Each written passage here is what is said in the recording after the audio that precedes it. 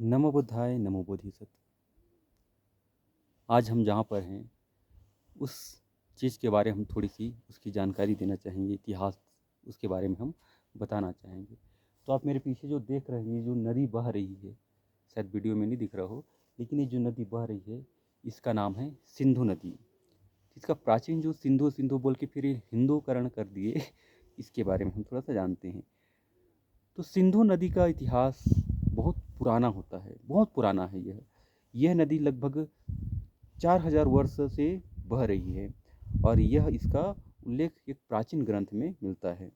सिंधु नदी का इतिहास 4000 वर्ष पूर्व से शुरू होता है और यह नदी प्राचीन भारतीय सभ्यता की जन्मभूमि मानी जाती है।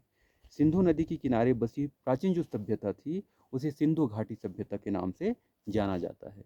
यानी इसके जो किनारे में बसी थी जो सभ्यता उसको सिंधु घाटी सभ्यता के नाम से जाना जाता है। फिर आगे देखते हैं कि सिंधु घाटी की सभ्यता क्या है। तो सिंधु घाटी सभ्यता लगभग 2600 ईसा पूर्व से 1900 ईसा पूर्व तक अस्तित्व में ही थी।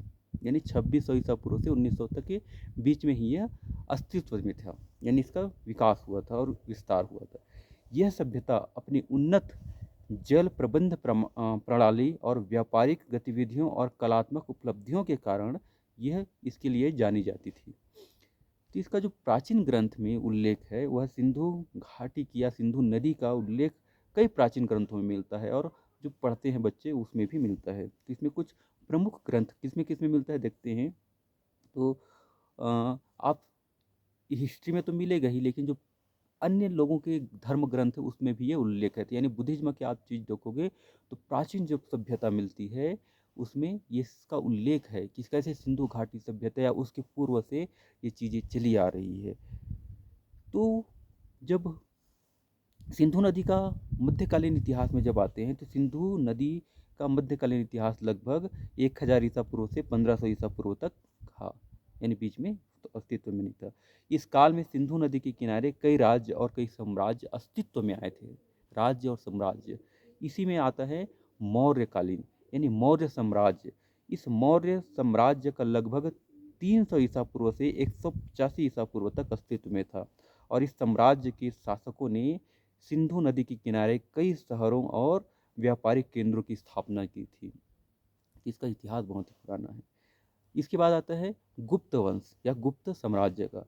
तो गुप्त साम्राज्य भी लगभग 320 ईसा पूर्व से 550 ईसा ईस्वी तक अस्तित्व में, सॉरी ईस्वी है ना, इस अस्तित्व में था। इस साम्राज्य के शासकों ने सिंधु नदी के किनारे कई शहर और व्यापारिक केंद्र इन्होंने भी बनवाया था। सिंधु नदी का आधुनिक इतिहास जब देखते हैं तो सिंधु नदी का आधुनिक इतिहास 1500 ईस्वी से वर्तमान तक है, यानी अभी तक जो चल रही है इसका इतिहास देख सकते हैं। इस काल में सिंधु नदी के किनारे कई देशों और राज्यों की स्थापना हुई है। यानी देश, पहले तो राज्य की स्थापना होती, शहरों की स्थापना, लेकिन अभी कई देश और राज्य भी इसमें अस्तित्व में हैं। भारत और पाकिस्तान की जब स्वतंत्रता हुई तो भारत और पाकिस्तान जब 1947 में आज़ाद हुआ तो इसके बाद सिंधु नदी के किनारे कई क्षेत्रों को भारत और पाकिस्तान के बीच में विभाजित किया गया और विभाजित करके सिंधु जल संधि का निर्माण किया गया। यानी सिंधु जल संधि 1960 में भारत और पाकिस्तान के बीच में हुई थी। इस संधि के तहत सिंधु नदी के जल को भारत और पाकिस्तान के बीच में विभाजित किया गया था। यानी सिंधु नदी का इतिहास एक बहुत ही पुरानी है।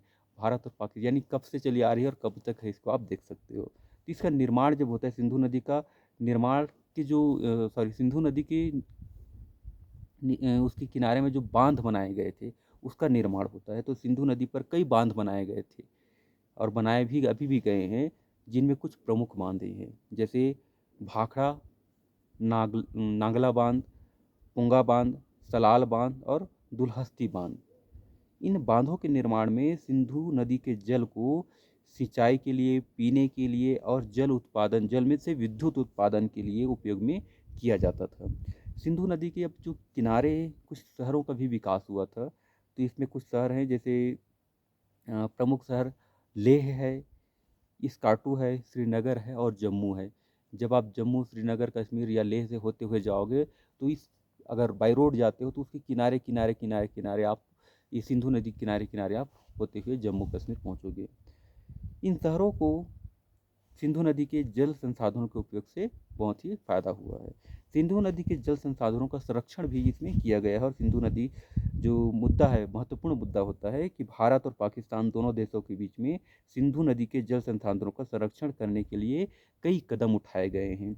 इनमें से कुछ प्रमुख कदम हैं, जल प्रदूषण नियंत्रण, यानी इस नदी में कोई प्रदूषण ना हो इसके लिए कदम उठाए गए हैं। जल संचयन यानी बचाने के लिए कि कैसे हम सिंधु नदी के जल को बचा सकते हैं, और जल बचत की बात इसकी कैसे उसमें संचय कर सकते हैं, उसमें कोई भी चीज़ें नहीं। अभी आप देखो, अभी बहुत -7 डिग्री अभी यहाँ पर जो टेम्परेचर है इसका गिरा हुआ है। और कुछ कुछ इस साइड में जैसे इधर देखते हैं तो अभी मॉर्निंग में हल्की हल्की बर्फबारी हो रही थी, और वो नदी का आप बहने की आवाज़ सुन सकते हो। तो ये थी सिंधु नदी की कुछ रोचक तथ्य जो शायद आप लोग जानते होंगे या फिर नहीं भी जानते होंगे। तो आप ही के लिए इतना ही। नमो बुद्धाय।